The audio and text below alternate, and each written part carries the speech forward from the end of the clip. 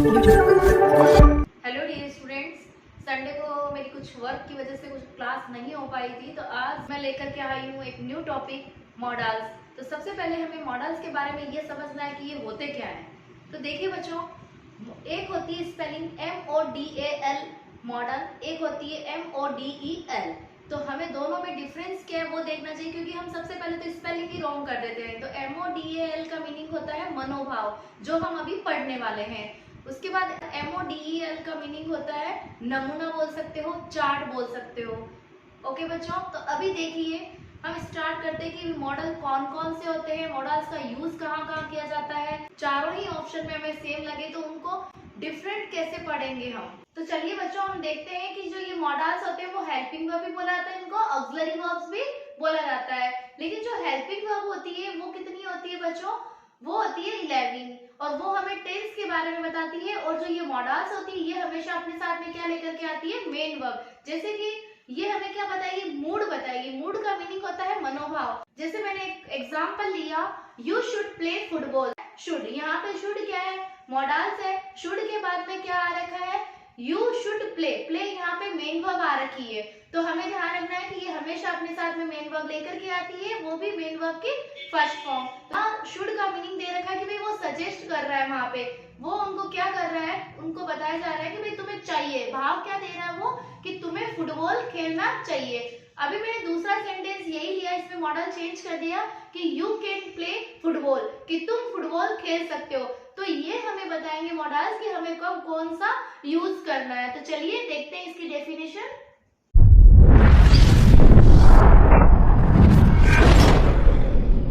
Definition of models कि वे helping verb और supporting verb जो हमें, यानी जो हमें व्यक्ति की क्या बताएंगे, उनके मूड के बारे में बताएंगे। मूड कैसा, कि सेंटेंस में क्या दे रखा है, जैसे कि ability, possibility, request, order, duty, permission and promise, wish, इन सबको वो दिखाए तो वहां हमें मॉडल्स का यूज करना होता है। फर्स्ट रूल लेते हैं कि मॉडल हमेशा मुख्य क्रिया के साथ रहते हैं, यानी मेन वर्ब के साथ में रहते हैं। तो एग्जांपल देखते हैं कि रमन कैन स्पीक रशियन। तो यहाँ ध्यान देना बच्चों की अब यहाँ केन के, तो किसी बच्चों के मन में क्वेरी होगी कि मैम यहाँ पे केन क्यों आया, सेकंड वाले एग्जांपल में मैं कैसे आया। तो ये तो अपन 1 by 1 लेने वाले हैं। सबसे पहले हमारा जो फर्स्ट रूल कह रहा है उसको समझना है कि रमन कैन स्पीक इंग्लिश। तो देखिए कि ये केन क्या है, हमारा मॉडल है, इसके साथ में ये हमेशा मेन वर्ब के साथ में आता है, यानी केन के साथ में कोई ना कोई मेन वर्ब रहेगी। चलिए नेक्स्ट एग्जांपल देखते हैं, यू मे प्ले चेस। तो यहाँ पे क्या है, मे मॉडल्स है और इसके साथ में क्या दे रखा है, एक मेन वर्ब दे रखी है। चलिए नेक्स्ट रूल लेते हैं, मॉडल्स के बाद हमेशा वर्ब की फर्स्ट फॉर्म का यूज किया जाता है। तो बच्चों यहाँ हमें समझना है कि चाहे सेंटेंस पास्ट का हो, फ्यूचर का हो, किसी भी प्रकार का सेंटेंस हो, मॉडल के साथ में हमेशा मेन वर्ब की क्या होती है, फर्स्ट फॉर्म लेती है। कैसे, example, my mother can make sandwich. तो देखिए यहाँ ये केन आया, ये बाद की बात है कि यहाँ पे मॉडल्स केन का ही क्यों यूज हुआ। उससे पहले हमारा जो सेकंड रूल कह रहा है कि जो मॉडल होते हैं वो हमेशा वर्ब की फर्स्ट फॉर्म लेते हैं। तो देखिए केन के बाद में, या हमने केन के बाद में मेड नहीं लिया ना, मेड थर्ड फॉर्म ली ना सेकंड फॉर्म, हमेशा यहाँ पे वर्ब की फर्स्ट फॉर्म आएगी। देखिए नेक्स्ट एग्जांपल कि मधु शुड रेस्पेक्ट द एल्डर। तो यहाँ शुड हमारा क्या रखा है, मॉडल दे रखा है और इसके साथ में मेन वर्ब की क्या है, फर्स्ट फॉर्म है। यहाँ रेस्पेक्टेड करेंगे तो वो क्या हो जाएगा, रॉन्ग हो जाएगा। चलिए नेक्स्ट देखते हैं, मॉडल्स पर सब्जेक्ट के नंबर। तो बच्चों ध्यान देने वाली ये बात है यहाँ पे कि मॉडल्स पर सब्जेक्ट के नंबर, जेंडर व पर्सन का कोई भी इफेक्ट नहीं पड़ता है ना। सब्जेक्ट सिंगुलर हो या प्लूरल हो, मेल हो या फीमेल हो, है ना, कैसा भी हो, मॉडल्स के इस पे कोई भी इफेक्ट नहीं पड़ने वाले हैं। चलिए एग्जांपल देखते हैं, this boy can draw a picture. तो यहाँ क्या है, दिस बॉय दे रखा है और कैन ड्रॉ ए पिक्चर। तो कैन है, फर्स्ट वाला फॉलो कर रहा है कि अपने साथ में मेन वर्ब लेकर के आता है। सेकंड रूल हमने पढ़ा था कि मॉडल के साथ हमेशा वर्ब की फर्स्ट फॉर्म आती है। देन इसी सेंटेंस को हमें फिर से देखना है कि these boys can draw a picture।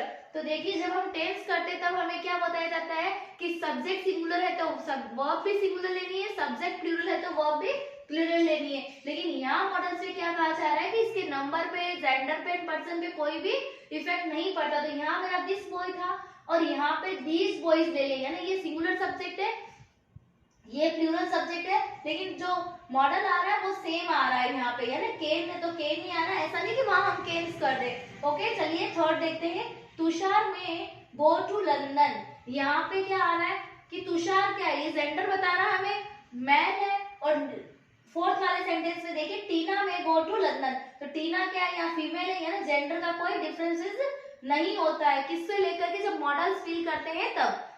इसमें भी क्या होता है बच्चों, एक्सेप्शंस होता है ना, अपवाद होते हैं। क्या अपवाद होते हैं, अभी हमने क्या कहा था कि मॉडल्स में कभी भी सब्जेक्ट के नंबर, पर्सन एंड जेंडर का कोई इफेक्ट नहीं पड़ता, लेकिन इसमें भी क्या है, एक्सेप्शंस है। तो वो देखिए कि शैल विल के प्रयोग में, यानी ये सेल या विल जो मॉडल है, इनका जब यूज करेंगे तो पर्सन का इफेक्ट पड़ता है। कैसे पड़ता है, इसमें फर्स्ट पर्सन के साथ में विल तथा सेकंड व थर्ड पर्सन के साथ शैल का यूज करते। तो बच्चों देखिए, फर्स्ट पर्सन कौन कौन से होते हैं, जब आप स्पीच करोगे तो उसमें भी आपको हेल्प मिलेगी। फर्स्ट पर्सन होते हैं आई और वी, तो हमें याद कौन सा रखना है कि आई और वी के साथ में हमें विल का यूज करना है, और you, he, she. Second person में कौन आता है, यू। थर्ड पर्सन में ही, शी या कोई नाउन, उनके साथ में हमें शैल का यूज करना है। तो देखिए example, I will pass secondary exam with flying colors this year। तो बच्चों आप भी ऐसे ही करोगे ना पास।